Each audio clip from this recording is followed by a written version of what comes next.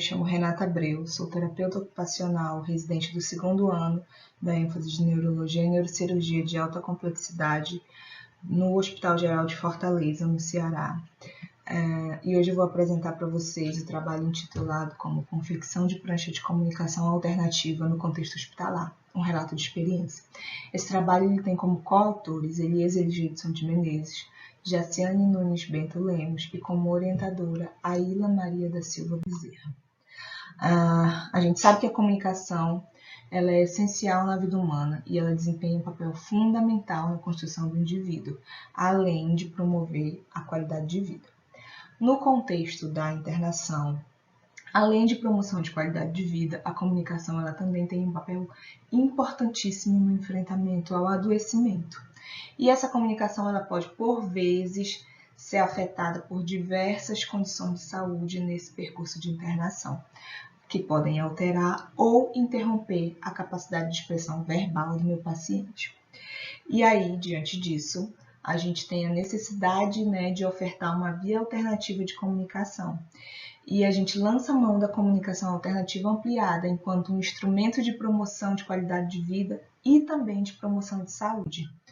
Mas o que é a comunicação alternativa ampliada?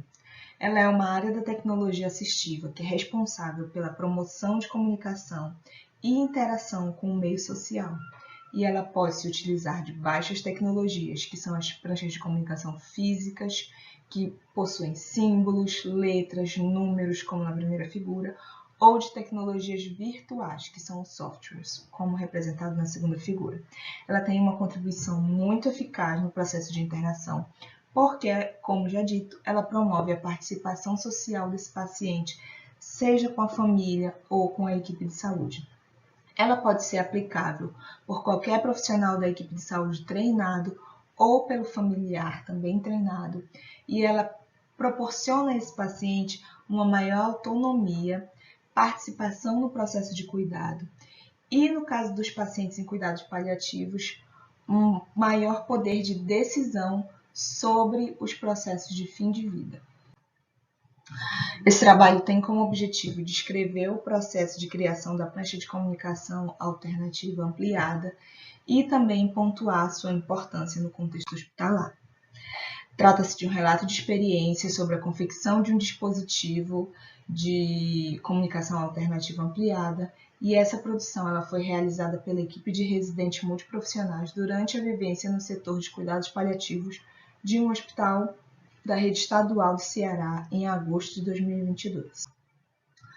A confecção da prancha ela foi feita com o auxílio do software Prancha Fácil, que foi desenvolvido pelo projeto Assist da UFRJ, que a interface do projeto eu trago para vocês nessa imagem ao lado. E para o material, depois de feito no software, esse material ele é impresso numa folha A3 e ele é confeccionado em formato de livro, e as páginas são plastificadas. Por quê? A gente precisa higienizar esse material após o uso, para que ele seja reutilizado como outros pacientes do serviço. E é muito importante a avaliação do usuário ou do contexto, para o desenvolvimento desse dispositivo. Nesse caso, a gente fez a avaliação do contexto, do serviço de cuidados paliativos. A prancha ela divide-se em 9 categorias, dentre elas estão sintomas físicos, estado emocional, localização e intensidade da dor, um teclado alfanumérico, necessidades pessoais, aspectos sociais, espiritualidade, dieta do conforto e decisões de fim de vida. As imagens ao lado, elas trazem uma representação da prancha que foi confeccionada para o serviço, e ela tem como uma característica muito peculiar a dieta do conforto e as decisões de fim de vida. Às vezes o paciente em cuidados paliativos ele está traqueostomizado e ele está muito passivo nesse processo de decisão. E quando a gente traz para ele a prancha de comunicação alternativa, a gente consegue trazer para esse paciente maior autonomia frente a esse processo. E aí ele pode manifestar seus desejos, dizer as suas diretivas, sobre a sua finitude. As orientações para a utilização desse dispositivo, elas são muito importantes, né? E durante a utilização, na verdade, antes da utilização, é importante a gente apresentar esse material para o paciente e explicar a função. Às vezes esse paciente está muito ávido por comunicação ali no contexto, né? Ele está há dias tentando dizer para a equipe ou para a família o que ele deseja. Isso pode gerar um pouquinho de impaciência, inadequação, né, com o dispositivo, mas se a gente apresenta esse dispositivo para o paciente de uma forma detalhada, explica para ele a sua função, esse processo de adaptação a uma nova forma de comunicação, ele vai ficando mais fluido, menos estressante e menos frustrante para o paciente e para o profissional. É também necessário posicionar essa prancha em um ângulo visível e confortável ao paciente, e é imprescindível a sensibilização e o treino da equipe de saúde e de familiares para o uso dessa prancha. A prancha ela não precisa ser utilizada na presença do terapeuta ocupacional, na verdade, ela pode ser utilizada por qualquer membro da equipe de saúde ou por qualquer familiar que já tenha sido treinado previamente a fazer o seu uso correto. A partir da avaliação do contexto, né, e da confecção da prancha, foi possível compreender as diretivas fundamentais, né, para a produção e execução dessa forma de comunicação, de modo a constatar a importância das tecnologias de comunicação alternativa ampliada para a otimização do cuidado no contexto hospitalar. Essas são as minhas referências. Eu agradeço a atenção de todos. Olá, meu nome é Gabriele, sou enfermeira, R2 da residência em Neurologia e Neurocirurgia da Escola de Saúde Pública. Meu campo de atuação é o Hospital Geral de Fortaleza, o HGF. O tema do meu trabalho é acompanhamento ambulatorial de pacientes com esclerose múltipla, relato experiência. No meu trabalho participam a Scarlett Pérez Xavier, psicóloga residente, e Ana Carolina Sampaio Leonardo, nutricionista residente. Bom, a esclerose múltipla ela é uma doença neurodegenerativa. Devido a essa condição, ela é uma doença crônica e progressiva. É uma doença autoimune, no qual as nossas células de defesa, principalmente os linfócitos T e os linfócitos B, né, eles vão atingir essa estrutura do nosso sistema nervoso central, que é o axônio dos nossos neurônios, provocando essa destruição e, consequentemente, causando essa desmielinização. Como assim? Aqui nós temos um neurônio saudável, no qual nós temos no corpo do axônio essa capa proteica protetora chamada de bainha de mielina. Ela serve como isolante térmico que vai proporcionar que o impulso nervoso ele possa passar de forma correta, né, e assim levar a informação. No axônio, no neurônio afetado pela esclerose múltipla, essas células elas vão reconhecer essa estrutura como um corpo estranho e aí vão destruir essa estrutura chamada de mielina, no qual vai interromper essa passagem correta do impulso nervoso. Por isso que é chamada de desmielinizante. Devido a isso, o paciente vai apresentar alguns sinais e sintomas da doença, né, que também podem ficar presentes, né, com mais sequelas dessa doença. Como, por exemplo, pode ter alterações na visão, como, por exemplo, a diplopia, perda parcial da visão ou total, dependendo do grau de afecção, né, do nosso sistema imune na estrutura do axônio, turvação visual também. Podem ter alterações sensitivas, o paciente pode ter perda sensorial, parestesias, que são as dormências. Podem ter alterações musculares, como a fadiga, que é um dos principais sintomas, né, trazidos pelos pacientes, que é a fadiga extrema, né, que eles, aos mínimos esforços, muitas vezes eles têm fadiga, por isso que é a importância, né, já adiantando, do acompanhamento com o fisioterapeuta, com o terapeuta ocupacional. Nós temos alterações do cérebro, alterações cognitivas, entre elas alterações da memória, que também são os principais relatos e demandas desses pacientes, né? Alterações esfinterianas, né, como a urgência urinária ou a constipação. Essas alterações elas vão afetar não somente o aspecto físico, mas psicossocial desse paciente, trazendo prejuízo à capacidade funcional. Dentre os tipos de esclerose múltipla, nós temos a remitente recorrente, que é onde nós vamos ter, né, é uma das principais, né, que os pacientes apresentam, e são onde nós temos os chamados surtos da doença, que são aparecimento de novas lesões e também de novos sintomas, né, fora do que o paciente apresentava, e que são chamados surtos da doença. Nós temos a progressiva primária, a progressiva secundária e a progressiva recorrente. Devido a isso, é de suma importância o acompanhamento ambulatorial desse paciente, principalmente para a evolução do tratamento, né? Se esse paciente já tem um tratamento instalado, é de suma importância, né, esse acompanhamento do tratamento, da adesão ao tratamento, se o medicamento está sendo tomado da forma correta, se não está tendo atraso na tomada da medicação, né?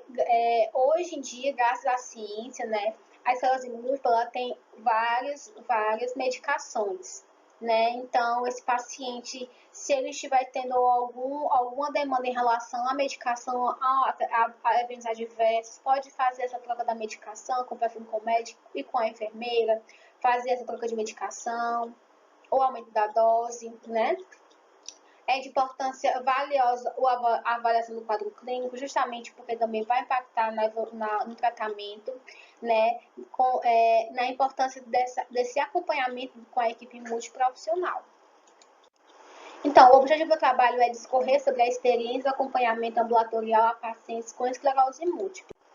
O método trata de um estudo descritivo fundamentado no relato de experiência, é realizada uma unidade ambulatorial, né, de doenças desmielinizantes do Hospital Geral de Fortaleza. Ocorreu durante o período de meses de julho a agosto, durante o rodízio ambulatorial dos residentes, né, do programa de residência multiprofissional em neurologia e neurocirurgia, né, da Escola de Saúde Pública. Bom, o ambulatório ele atende mais 600 pacientes com doenças desmielinizantes, dentre elas a esclerose múltipla. A unidade ela é composta por uma equipe multiprofissional, dentre elas nós temos um médico neurologista, dentro da equipe médica lá nós temos também presentes os residentes e os fellows também da Neuroimuno, enfermeiros, psicólogo, nutricionista, dentista, terapeuta ocupacional e fisioterapeuta. Dentro dessa equipe multiprofissional, foca-se no acompanhamento do quadro clínico, né? Então, esse paciente ele traz demandas para cada equipe e essa equipe acompanha esse paciente fazendo a reabilitação, fazendo o acompanhamento, fazendo as orientações necessárias para que esse paciente ele conviva com essa doença da forma mais da melhor forma possível, né? Promovendo uma boa qualidade de vida para esse paciente que apresenta uma doença crônica. Também como no tratamento farmacológico, que é de suma importância para essa estabilidade da doença, né? Para prevenir novas lesões, novos surtos da doença, né? A progressão das sequelas já instaladas. Então, o perfil dos nossos pacientes, eles variam de jovens, adultos jovens e idosos. Dentro desse contexto da doença, né? Os nossos pacientes, eles vão apresentar grandes demandas biopsicossociais. Dentre elas, a que mais prevalece é o isolamento social desse paciente, devido à fadiga que esse paciente, muitas vezes, ele precisa fazer a reserva energética, porque é um paciente que se cansa muito rápido aos mínimos esforços, devido às afecções mentais como a ansiedade e a depressão em relação à doença, e também a negação da doença, que vai impactar diretamente no tratamento e também vai impactar também no aparecimento de novos surtos. Então, a equipe multiprofissional, ela se insere nesse meio, né, proporcionando a esse paciente um acompanhamento adequado, proporcionando uma qualidade de vida para esse paciente. A equipe multiprofissional do ambulatório atua com o sistema de acompanhamento de forma regular, com consultas marcadas. O ambulatório ele funciona semanalmente, né? Uma vez por semana nós temos o ambulatório de esclerose múltipla, onde a equipe multiprofissional tem a sua agenda fechada, como também mantém a agenda aberta, dependendo da demanda do paciente.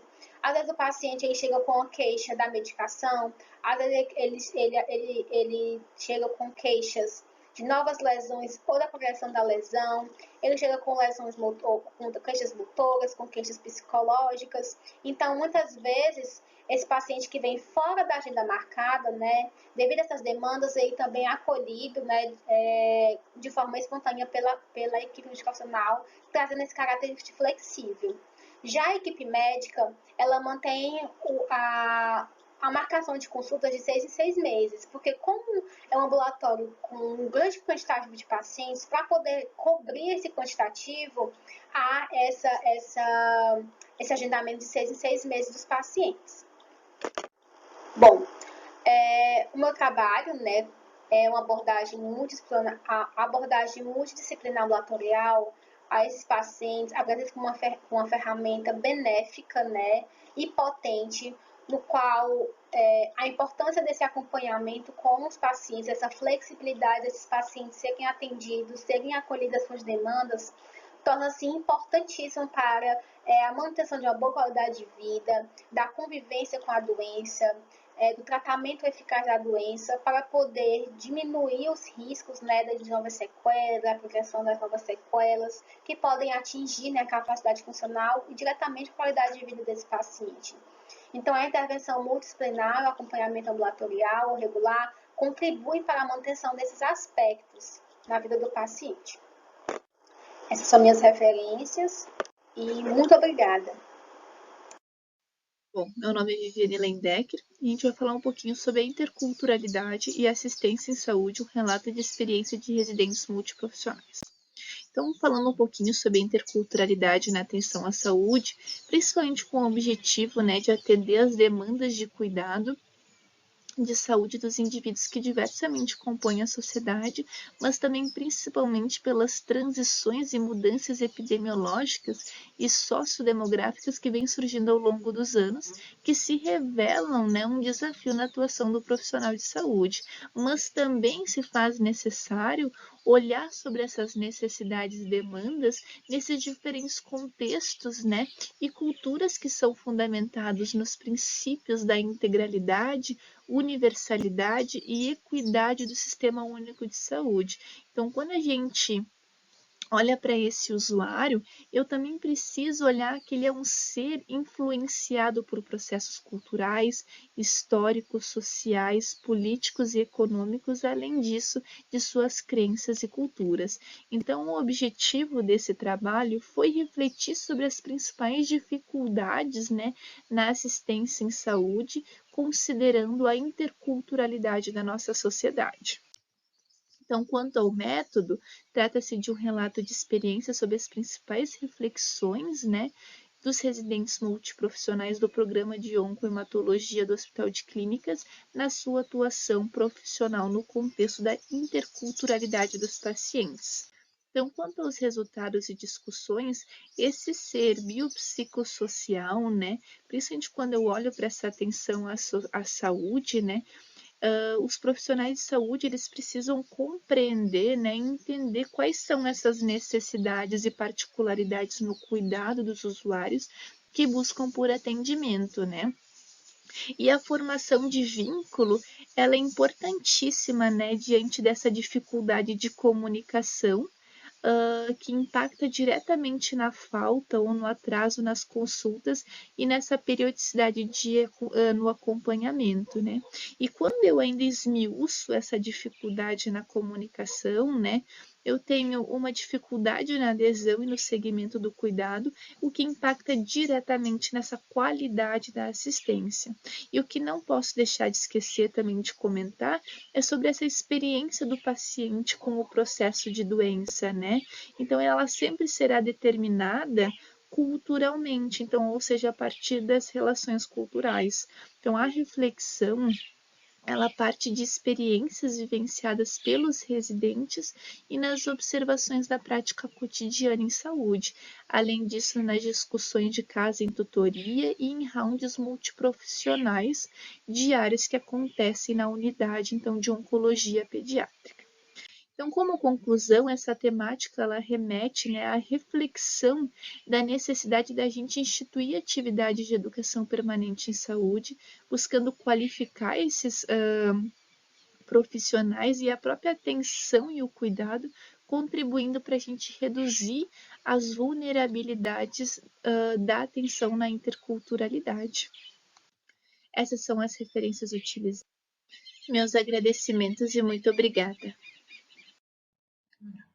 Olá, eu me chamo Nájila Suelen, sou residente em Saúde da Família e Comunidade no município de Limoeiro do Norte. Vim aqui apresentar meu trabalho, né, elaborado por mim e pelas coautoras, né, Adriele Dandara e Raimunda Gerlani, que tem como título Capacitação e Interação com os Agentes Comunitários de Saúde, um relato de experiência. Então, né, incorporar os agentes comunitários de saúde no processo de fortalecimento do SUS tem como foco a promoção de serviços na atenção primária, né, à saúde e comunidade, considerando as singularidades locais. Né? A Estratégia de Saúde da Família surgiu com o objetivo de reorientar o modelo assistencial para um preventivo, criando uma nova dinâmica de atenção nas unidades básicas de saúde, através da implantação de uma equipe multiprofissional, na qual os agentes comunitários de saúde são um elo com a comunidade. Então, assim, a capacitação é de suma importância para o bom funcionamento da Estratégia de Saúde da Família. O objetivo do meu relato, né, é relatar a experiência de capacitações com agente comunitário de saúde, visando a construção do conhecimento sobre diferentes temáticas no campo da atenção básica e a qualificação deste na orientação preventiva nos domicílios e na comunidade do território adscrito. Então, meu método, né, trata de um estudo descritivo do tipo relato de experiência vivenciado por nós, residentes, né, inserida no programa de residência multiprofissional em saúde da família e comunidade, desenvolvido com 9 agentes comunitários de saúde de uma unidade básica em um bairro no município de Limoeiro do Norte, Ceará. A seleção do público-alvo se deu após a análise das deficiências e de sugestões da equipe de saúde, né? O projeto ainda está sendo desenvolvido, né, com encontros mensais, desde junho de 2022, com duração em média de 2 horas. Né? Os encontros são coordenados pelas residentes, né, que tem um enfermeiro, uma farmacêutica e uma nutricionista, no qual obedece um cronograma de atividades que contempla diversos assuntos. Né? E a apresentação dessa temática, né, de cada temática, e em cada encontro é realizado por meio da fala do profissional de saúde residente, né, de forma simples, para fazer entendimento e posteriormente acontece a roda de conversas, né, para induzir e conduzir a produção de conhecimento. Então, assim, até o momento foram realizados somente 3 encontros, o projeto ainda está em andamento e o resultado imediato foi a sensibilização, né, da equipe e dos residentes quanto às dúvidas e anseios que permeiam um trabalho desenvolvido pela agente comunitária de saúde em seu cotidiano. Então, dessa forma, né, buscou-se desenvolver diversos assuntos, entre os quais estão temas pertinentes dentro da estratégia de saúde da família, como diabetes, hipertensão, pré-natal, puericultura. Então, conclui-se que o trabalho vem contribuindo para a qualificação dos agentes comunitários de saúde no que se refere a diversos assuntos de grande impacto no território em que estão inseridos. Né? Destaca-se especialmente questões relacionadas ao desenvolvimento da oferta de uma melhor orientação para a população sobre problemas emergentes, buscando primordialmente a prevenção de doenças e agravos. Aqui são minhas referências utilizadas na criação do slide, né? E meu muito obrigada.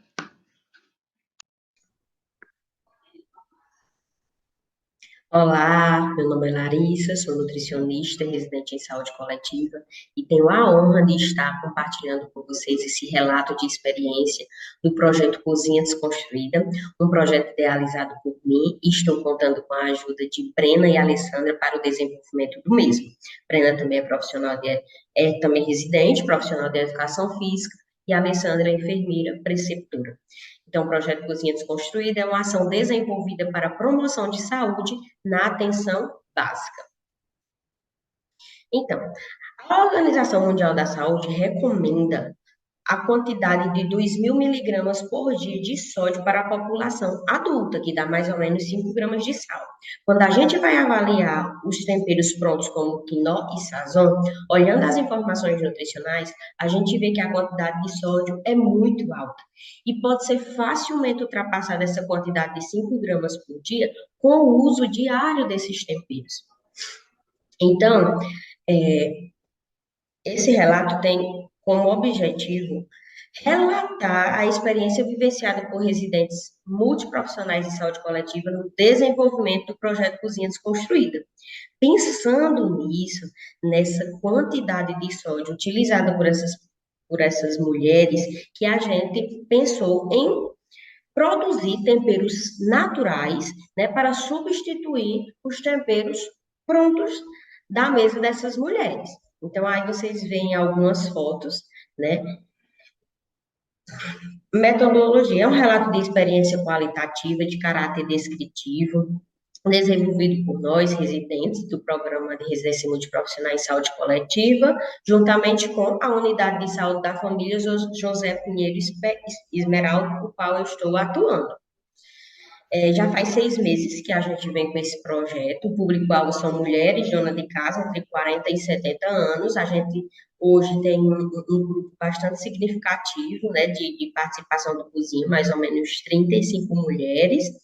E os encontros são realizados uma vez ao mês. É realizado na quadra de esportes da comunidade, por isso Cozinha Desconstruída, né? A gente sabe que no SUS a gente tem que improvisar, sim. E aí pensamos, né? Vamos realizar na quadra de esportes, e aí a gente leva todo o material junto com as meninas, né, do grupo, liquidificador, mesa e os temperos naturais, onde a gente vai produzir. A gente faz uma roda de conversa, tem a educação nutricional em saúde, distribuição de folders, né, onde tem a receita e explicação da importância dos nutrientes da receita, com imagens autoexplicativas. Então, a gente conclui que esse projeto é essencial para a promoção da saúde e prevenção de doenças como hipertensão, que é uma doença super comum, né, que tem bastante aqui na nossa comunidade, e outras doenças cardiovasculares, além da contribuição no processo formativo dessa comunidade, melhorando a qualidade de vida dessas mulheres e dos seus familiares, né? Então, hoje em dia, a gente recebe, né, mensalmente o feedback delas, elas amam, né? Os familiares também gostam, né? Porque estão comendo agora alimentos temperados com temperos naturais, então traz aroma, traz sabor e traz saúde, né? Então elas estão gostando muito, estamos muito felizes, né, com esse projeto. Temos muito mais, né, a pensar, montar, estruturar, mas nessa simplicidade que vocês estão vendo na foto, a gente fez aí a logozinha do Cozinha Desconstruída e aos poucos a gente está preparando o melhor, né, para elas, mas continuando nessa simplicidade, mas trazendo o que há mais de importante, que é essa interação, essa educação em saúde, né, a gente conversar, a gente entender um pouco delas, e hoje, graças a Deus, 90% das mulheres já não usam mais produtos, temperos industrializados, já substituíram pelo tempero natural. Elas levam a receita para casa, né, que está no folders, e colocam em prática essa receita. Estou muito feliz em apresentar esse projeto para vocês e espero que vocês também tenham gostado. Obrigada.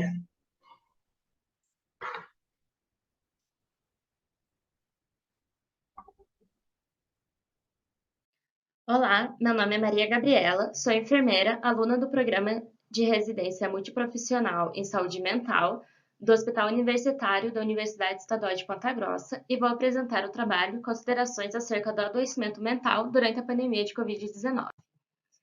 Com o advento da pandemia de Covid-19 no mundo, ocorreram mudanças de hábito e de rotina, como o distanciamento e isolamento social e a implementação de ensino à distância para jovens e universitários, o que podem ser observado como possíveis fatores de risco para um adoecimento mental da população.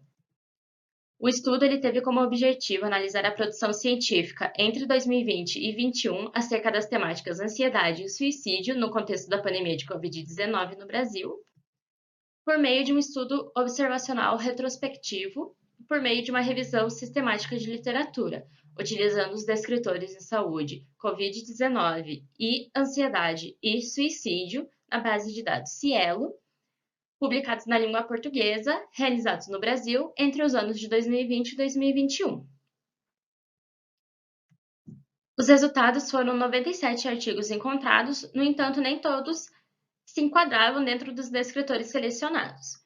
25 dos artigos encontrados abordavam o sofrimento psíquico no contexto pandêmico no Brasil, com destaque para a população de profissionais de saúde que estiveram em alta demanda por conta da atuação na linha de frente, e a saúde mental de estudantes de ensino fundamental, médio e superior, por conta do formato de ensino à distância. Outras populações estudadas foram, então, os pacientes com histórico psiquiátrico prévio, que apresentaram uma maior chance de agravamento de seu quadro, pacientes que tiveram a infecção de Covid nesse período, adolescentes e professores por conta do ensino à distância.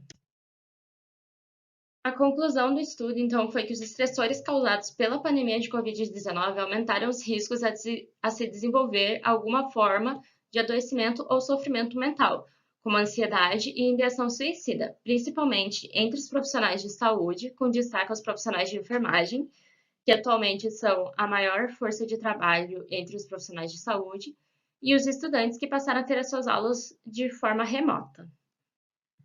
Então, aqui apresento nossas referências, os artigos encontrados, e agradeço pelo espaço.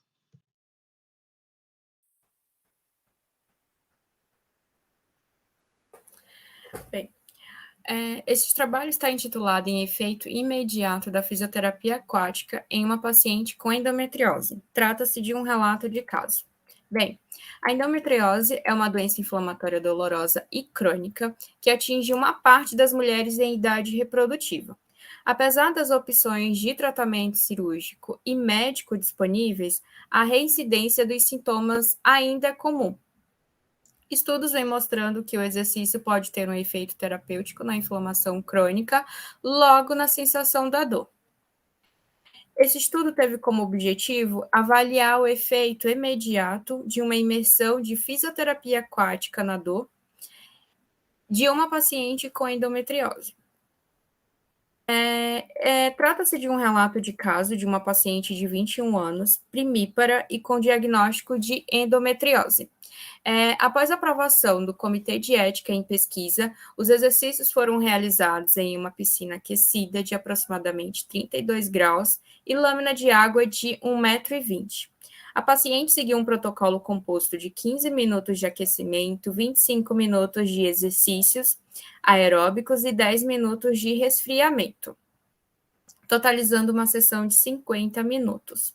Foi utilizada uma medida de intensidade da dor, referida pela paciente em região de flanco direito e fossa ilíaca direita, utilizando a escala verbal de 0 a 10 e sendo aplicada com a paciente em repouso, durante o aquecimento e durante os exercícios aeróbicos.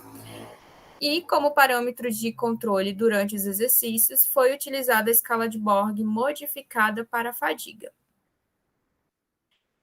Ao exame físico inicial, a paciente apresentou ao repouso fadiga de 3 e dispneia de 5, de acordo com a escala de Borg. Durante os exercícios de aquecimento, apresentou fadiga entre 5 e 7 e dispneia 3, e com os exercícios aeróbicos entre 7 e 8, e dispneia entre 3 e 5. A fisioterapia aquática promoveu redução de 50% da dor, inicialmente 10 e no final 5, após uma sessão de 50 minutos. Conclui-se que a sessão de fisioterapia aquática promoveu uma importante redução da intensidade da dor e promover uma potencial estratégia não farmacológica para a continuidade dos exercícios, podendo influenciar na qualidade de vida da paciente. Segue as referências e obrigado.